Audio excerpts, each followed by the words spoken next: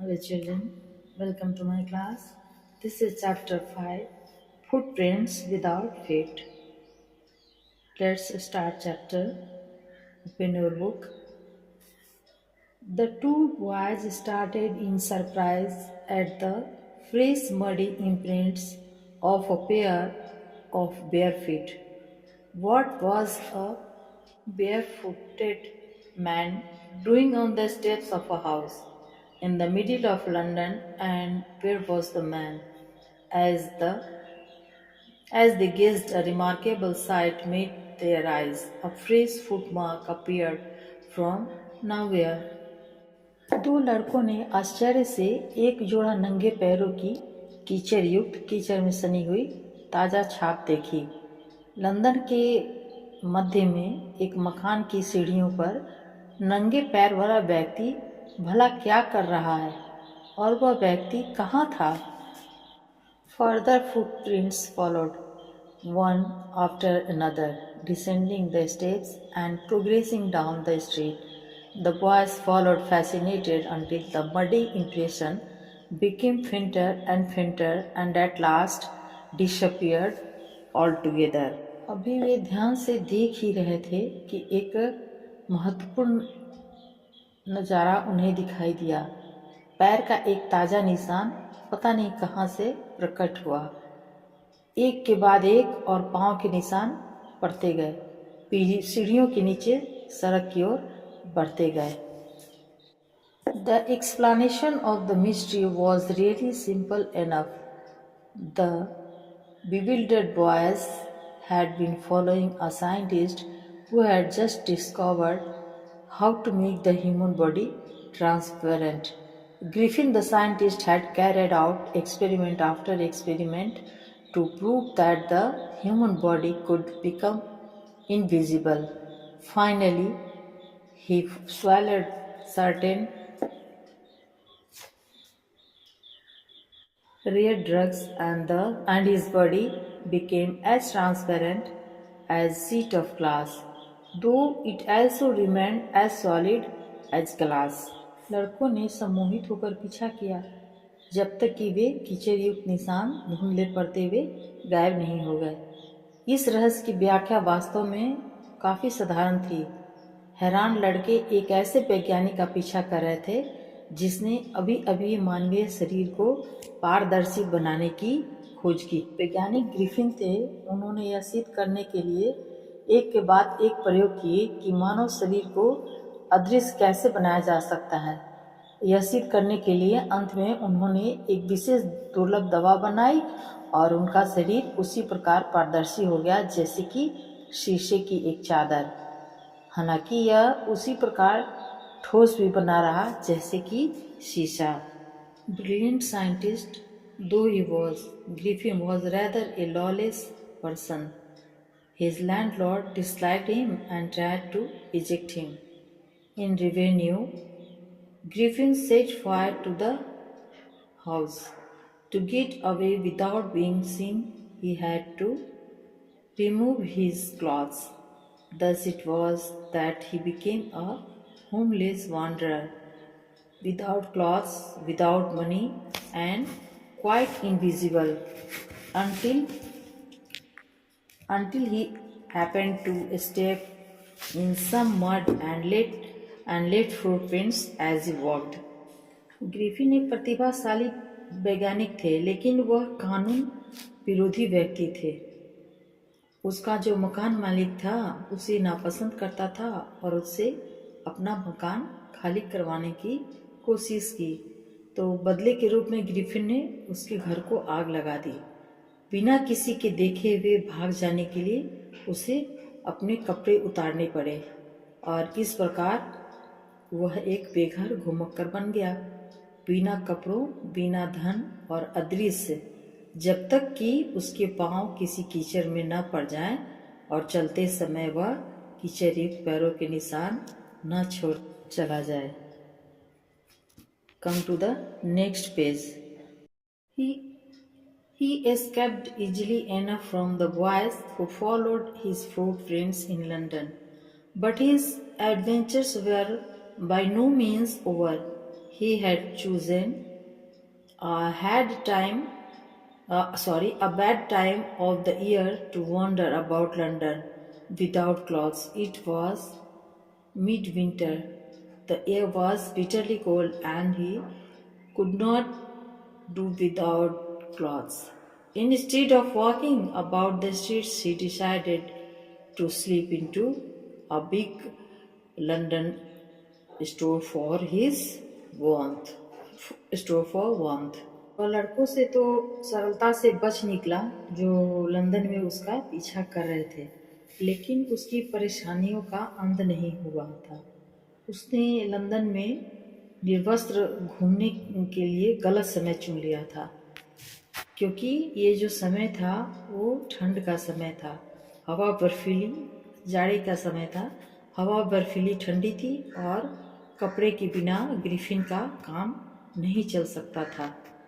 सड़कों पर मारे मारे फिरने के बजाय उसने गर्मी के लिए, मतलब शरीर में गर्मी के लिए, लंदन के एक विशाल स्टोर में चुपके से घुसने का निर्णय लिया। चूँकि ठंड बहुत थी और उसके शरीर पे एक भी कपड़े नहीं थे, तो उसने सोचा कि बड़े दुकान में क्यों नहीं घुस जाया जाए ताकि कुछ कपड़े पहने और उसके शरीर में गर्मी आ सके।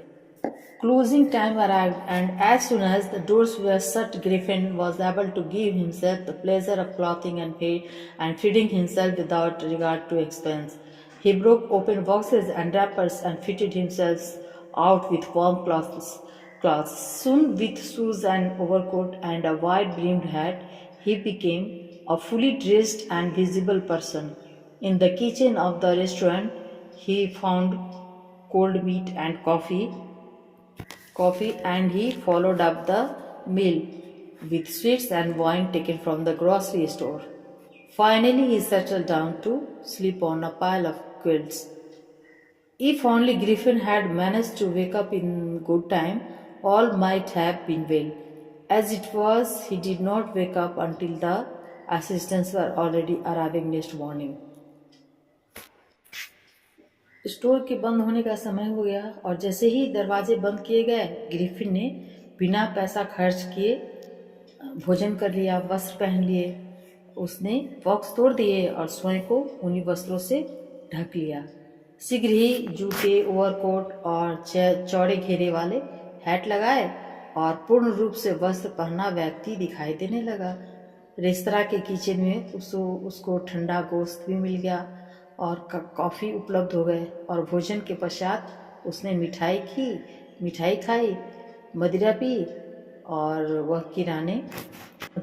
और जिसे कि वह किराने की दुकान से ले आया था और अंत में रजाइयों के ढेर पर सो गया।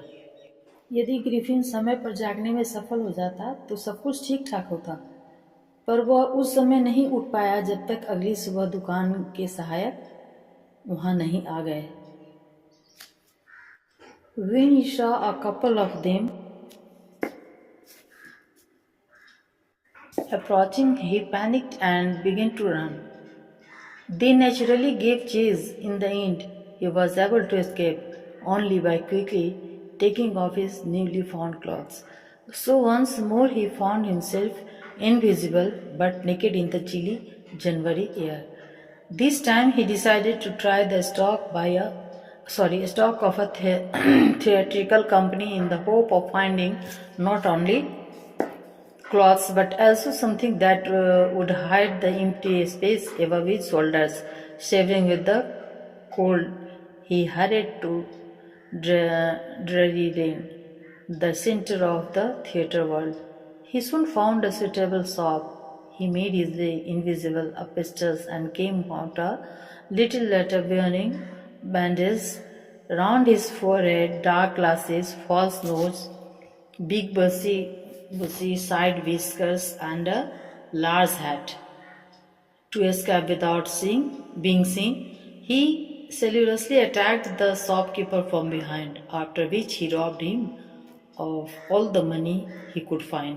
यदि ग्रिफिन समय पर जागने में सफल हो जाता तो सब कुछ ठीक ठाक होता, पर वह उस समय तक उठ नहीं पाया था जब तक अगली सुबह दुकान के सहायक वहां नहीं आ गए।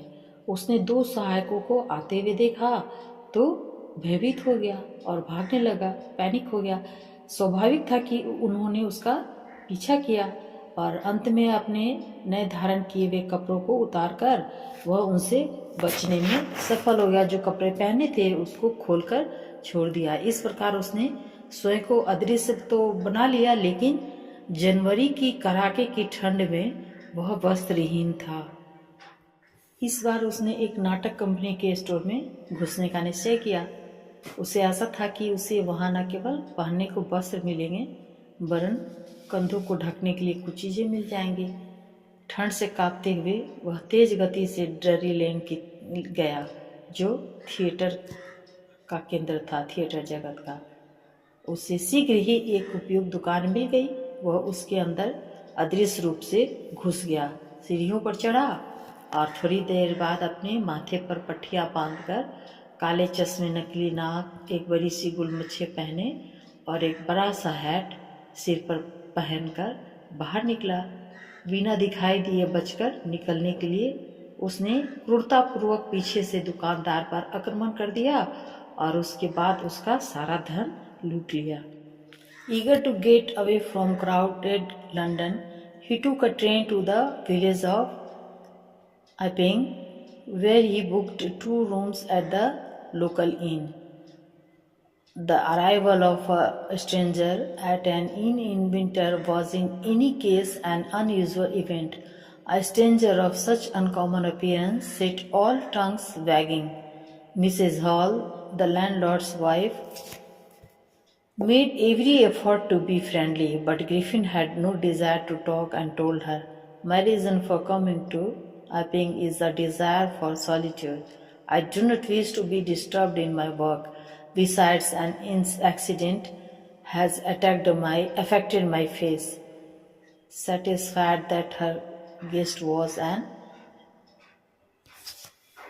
eccentric scientist, and in view of the fact that he had paid her in advance, Mrs. Hall was prepared to excuse his strange habits and irritable temper.